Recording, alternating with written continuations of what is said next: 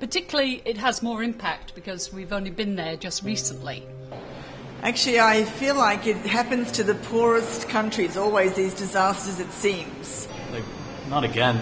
You know, I mean, like, not in the way that I think that, like, I'm sort of, like, jaded by it, but more like, I feel like this is something that has happened more frequently in recent history, and I'm also considering the fact that, you know, I'm reading a lot about it in the sense that, the government is being accused of, not providing enough assistance, not moving the troops fast enough, and also stopping things at the border. I was there like 2 months ago for a volunteer project, and when I heard that there was an earthquake just a few days ago, I was in disbelief. Then what happened, like, to the people or to the places that I saw? I think I found out the information someone had posted on Facebook, God Help Nepal. The first thing I thought of was someone called Ava Shrestha, who I met 10 years ago, and I thought, God, I hope she's safe. And then again, it was through Facebook thing that they started where you could say, I'm safe, so emergency disaster check-in, and then I started to message her and I found out that her home's been destroyed, but her family, so her husband and her daughter are safe, so that was my first concern. And then after that, it was just sheer sadness for all the people I'd met, and I hope they're okay. I sponsored a girl in Nepal for over 10 years. I sponsored her when she was 4 or 5 years old, and now she's like 16, 17 years old. And she lives on a remote area up on a village somewhere. And when I heard the earthquake, I was panicked. I was thinking, is she still alive?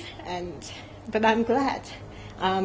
2 days later, I got the news back. The whole village, everyone in the village are safe, so I'm really happy.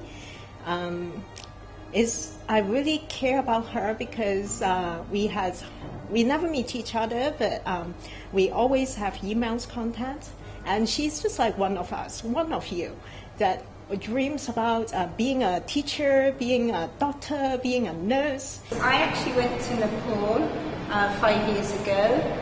And the thing I found about Nepal was not only is it a beautiful country, but the people, although they were really, really poor, they were so dignified. And I went one day right into a little hamlet where I met all these people, children, and everything was really positive. People were building up their houses, they were working in the gardens, they had rose bushes and goats. When I heard about the earthquake and I saw the pictures and their faces, my heart just went out because they really were some of the nicest people that I've ever met. I was there just less than a year ago, and all those fantastic places, all those fantastic people. We just visited this country not long ago, and then we just experienced such a horrible disaster.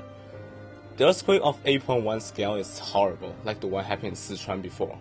So I just hope that this city with such a high population density and all buildings can survive, can live well, like the people inside can live well, and they can recover as soon as possible.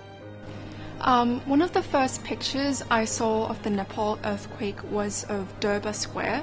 And Durbar Square is this area in Nepal where there's lots of temples. And in the picture, Durbar Square was simply completely gone.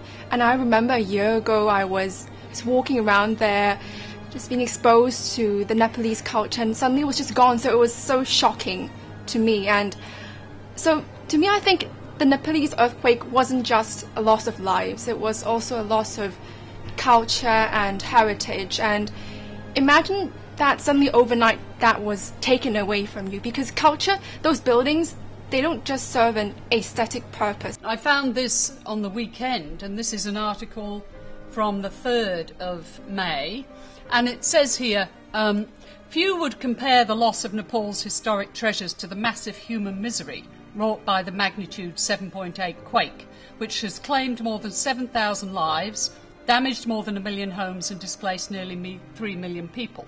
And this is right. I mean, you can't compare the loss of historic treasures with the loss of life and the misery that people have.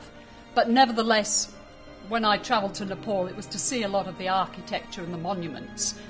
When I first heard about the Nepal earthquake, I thought two things. Number one, this is a small nation with a small population. Any effect on them will be huge. It will be very huge. Also, this is a country that has enjoyed its own culture for a very long time, and they have not opened themselves to outside development too much. Their infrastructure cannot bear this earthquake, and relief aid going in is going to be very hard put to get to the desperate places. So my thought is for those people who live far away from the city, how can they receive it? That's where my heart is now.